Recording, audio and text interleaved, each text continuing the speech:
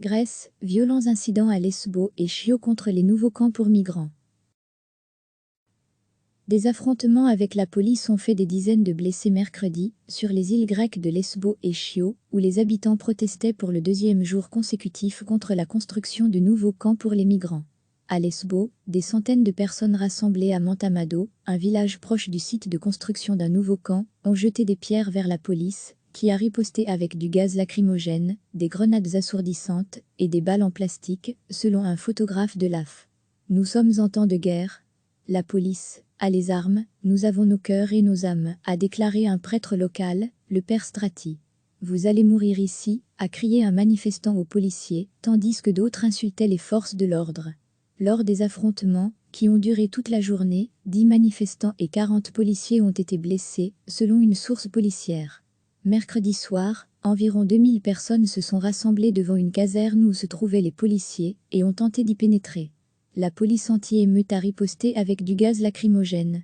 À Chios, 2000 personnes ont aussi manifesté contre le projet de construction d'un nouveau camp.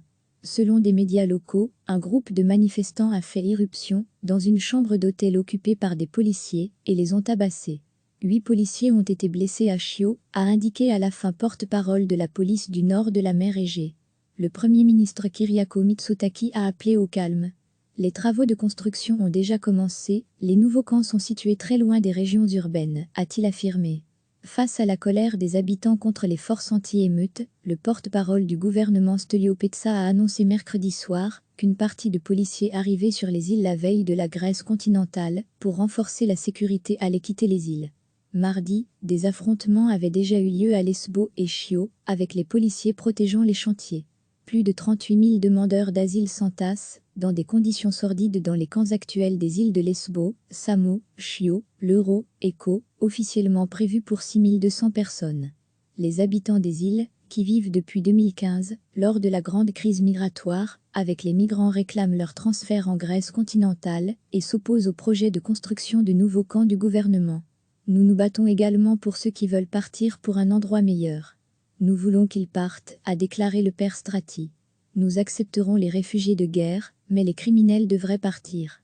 Le gouvernement conservateur, arrivé au pouvoir en juillet, a annoncé que les camps de Lesbos, Samos et Chios seraient fermés cette année, pour être remplacés par de nouvelles installations fermées, plus petites, qui devraient être opérationnelles mi-2020. Après des semaines de pourparlers infructueux avec les autorités locales, le gouvernement a envoyé lundi par bateau des engins de chantier et la police anti-émeute, provoquant l'indignation. Les partis d'opposition ont dénoncé une décision antidémocratique et les responsables locaux, une tentative barbare de transformer de force Lesbos et Chios en prison. L'État avait déjà mis en colère les insulaires courant février en annonçant que des terres pourraient être réquisitionnées pour une période de 3 ans pour construire les nouveaux camps. Il y a une limite à notre patience. Ils réquisitionnent des terres et amènent la police anti-émeute, utilisent les lacrymogènes contre les gens. Sommes-nous en guerre ? S'est indigné Stratos Paspala, un boucher à la retraite à Lesbos.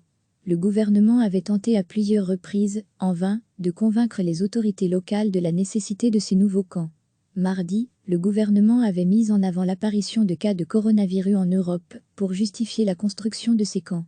Ces cas peuvent être gérés rapidement et efficacement dans une structure fermée, non dans une structure ouverte, qui constitue une bombe sanitaire, avait dit le porte-parole du gouvernement.